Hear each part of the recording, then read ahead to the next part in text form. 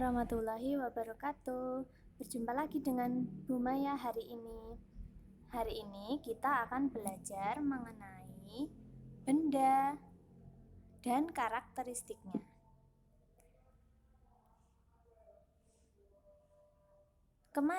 Pada kesempatan kemarin, kamu telah mengetahui bahwa benda itu adalah segala sesuatu yang menempati ruang dan memiliki massa. Nah, massa itu dapat diartikan sebagai berat bersih suatu benda tanpa gravitasi. Massa itu dapat dicari atau diketahui dengan cara ditimbang bendanya. Contoh benda itu adalah manusia, hewan, tumbuhan, kemudian benda-benda lain yang ada di dunia ini, misalnya meja, kemudian papan tulis, kemudian bintang, bulan, dan sebagainya. Nah, masing-masing benda itu memiliki karakteristik yang berbeda-beda tergantung dari sifatnya, tergantung dari bahan pembuatnya. Nah, hari ini kita akan belajar juga mengenai karakteristik benda. Yang pertama adalah benda yang terbuat dari kayu. Contohnya adalah meja, kursi, pintu, pensil, dan lain sebagainya. Nah, kayu ini memiliki sifat yaitu keras, kuat, mudah dibentuk, tahan lama, dan tidak menghantarkan panas atau disebut isolator. Kemudian, bahan dari kayu ini dapat digunakan sebagai perabot rumah tangga, misalnya meja kursi tadi, kemudian alat masak untuk pegangannya itu, kemudian tiang-tiang rumah, dan lain-lain. Nah, benda dari kayu ini memiliki kelebihan, yaitu mudah dibentuk. Maksudnya tidak terlalu keras gitu ya. Kalau misalnya batu itu pasti akan keras banget. Nah, itu tidak mudah dibentuk. Kemudian keras dan kuat. Keras itu ya, kokoh, kemudian tahan lama. Tetapi juga mempunyai kekurangan, yaitu mudah lapuk jika terkena rayap dan mudah terbakar. Nah, cara agar tidak mudah lapuk karena terkena rayap itu salah satu caranya adalah dengan diberi cat kayu ya biasanya. Nah, itu meja-meja itu biar awet biasanya diberi cat. Kemudian proses pembuatan benda dari kayu ini memiliki beberapa tahapan. Yang pertama, kayu di hutan ditebang, kemudian dibuat kayu gelondongan. Kayu gelondongan ini disebut juga log ya, log. Kemudian kayu gelondongan dibawa ke pengrajin kayu. Itu bawanya nggak satu-satu, pasti pakai alat transportasi khusus, misalnya truk ya, truk itu. Kemudian oleh pengrajin kayu dibuat menjadi meja, kursi, dan sebagainya dan dijual di toko mebel. Biasanya kita bisa mencari meja kayu, meja kursi, lemari, dan sebagainya itu di toko mebel dan kemudian dibeli oleh pembeli.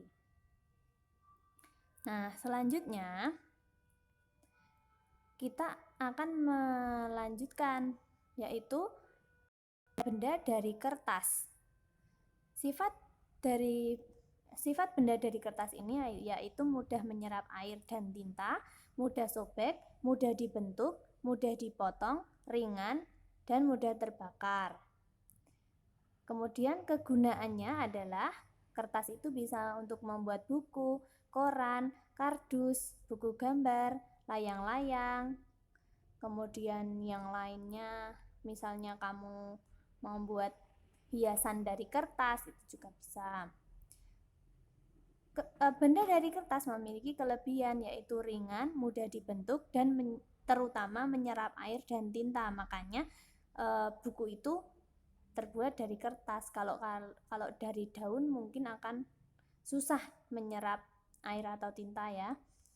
Kemudian kekurangannya yaitu mudah sobek dan mudah terbakar. Nah, bagaimana cara membuat kertas itu. Ini pertama-tama pohon yang sudah tua akan ditebang. Kemudian menjadi kayu gelondongan atau tadi ya. Nah, kayu gelondongan ini akan dibawa ke pabrik, kemudian akan kecil sebesar korek api, potongan kecil seperti ini. Lalu setelah dipanaskan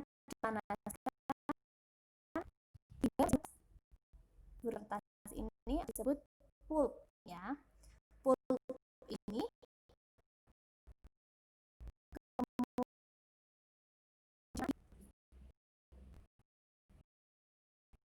kemudian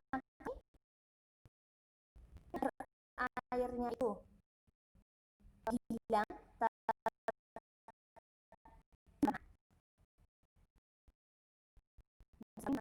dulu bagi saring ya. Terus setelah itu dari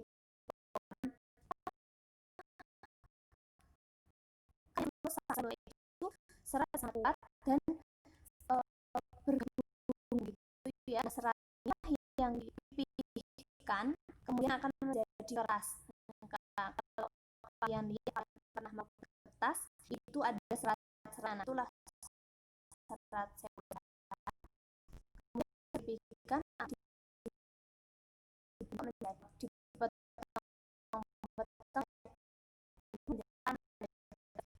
yang ukuran macam-macam seperti itu. Nah, selanjutnya benda dari plastik itu adalah tidak tembus air, mudah dibentuk atau dicetak, ringan, tidak mudah pecah, lentur, tembus pandang, dan tidak menghantarkan panas juga, yaitu atau isolator. Nah, kegunaannya ini bisa untuk membuat payung, jas hujan, ember, gelas, kantong plastik, mainan anak-anak, dan lain-lain. Nah, tapi kelebihan plastik ini salah satunya yaitu tahan air, ringan, dan tidak mudah pecah, murah, dan tahan lama. Tapi juga memiliki kekurangan, yaitu tidak mudah diuraikan. Kemudian menimbulkan berbagai masalah terhadap lingkungan, yaitu misalnya banjir dan pencemaran lingkungan. Nah, oleh karena itu kita harus bijak dalam menggunakan plastik. Nah, caranya bagaimana? Ada 3 cara yang paling utama, yaitu reuse atau menggunakan kembali. Misalnya kamu habis beli minuman apa, kopi atau sebagainya, nah itu bungkus dari plastiknya tidak langsung dibuang begitu saja, tapi kamu gunakan kembali. Misalnya sepatu boot yang udah nggak dipakai buat nanem-nanem, seperti itu.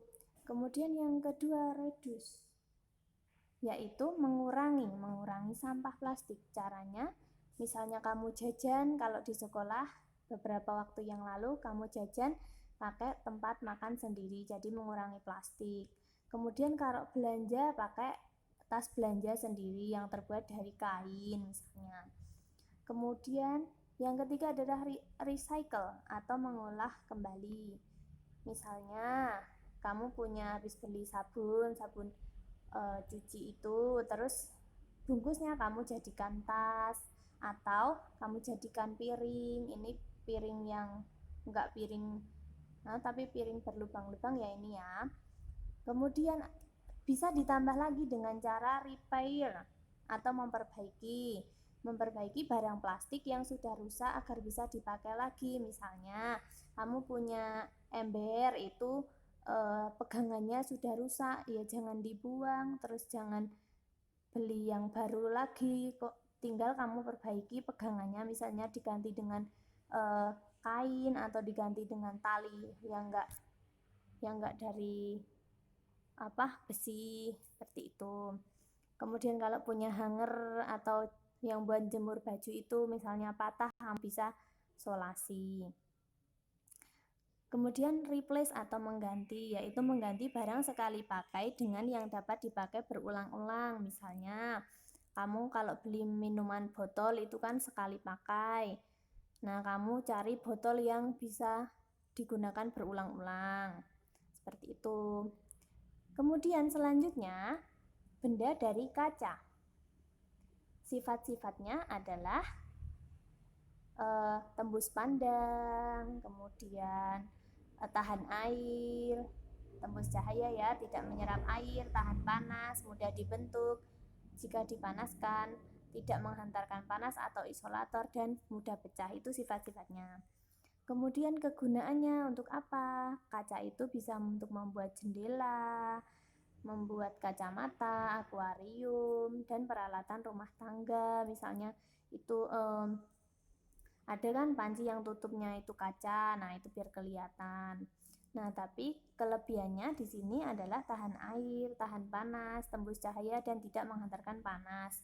Kekurangannya adalah dia kalau pakai kaca itu mudah pecah.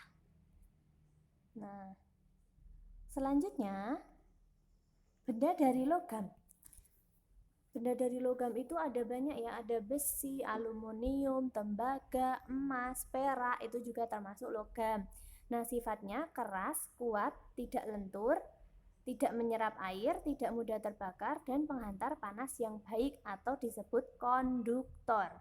Dan di sini ada beberapa logam yang tidak mudah berkarat, misalnya emas, aluminium, nah itu tidak mudah berkarat. Kegunaannya bisa untuk bahan bangunan, misalnya besi itu membuat cor itu ya, atau membuat tiang itu dalamnya pasti ada besinya. Kemudian untuk membuat perhiasan emas dan perak. Kemudian untuk pertanian, misalnya cangkul itu dari besi, peralatan dapur dari aluminium, dan kabel listrik dari tembaga. Nah, kemudian kelebihan dan kekurangannya. Kelebihannya penghantar panas yang baik tentunya. Kemudian tidak mudah berkarat itu aluminium, kuat, tidak mudah pecah. Nah, kekurangannya mudah berkarat ini tergantung macam logamnya apa ya. Di sini yang mudah berkarat itu besi, tapi sekarang bisa juga itu dilapisi cat itu ya, cat khusus ya, agar tidak mudah berkarat. Yang terakhir, benda dari karet. Sifatnya itu lentur, sangat elastis ya, kuat, tidak tahan api, artinya nanti kalau kena api pasti meleleh, tidak tahan api ya. Terus tidak tembus air dan isolator, yaitu tidak menghantarkan panas. Kegunaannya bisa untuk membuat ban, alat sepatu, bola basket, balon, pereda benturan, itu yang di mobil-mobil itu, yang di pojok-pojok itu ya, itu dari karet, kemudian pelindung kabel dan sepatu boot. Nah, kelebihannya di sini lentur, awet, tahan lama, dan mudah dibentuk. Dan kekurangannya adalah mudah terbakar. Nah, selanjutnya kesimpulan. Kesimpulannya di sini, setiap benda memiliki karakteristik yang berbeda-beda. Pembuatan benda harus memperhatikan sifat-sifat bahan agar benda dapat berfungsi secara maksimal. Nah, untuk kegiatan kalian hari ini, kalian bisa mengisi teka-teki ini ya. Ada 5 soal. Nah, silahkan kalian gunakan waktu kalian untuk mengisi teka-teki ini. Kemudian dipelajari apa yang Bu Guru jelaskan sebelumnya ya. Terima kasih, selamat belajar anak-anak.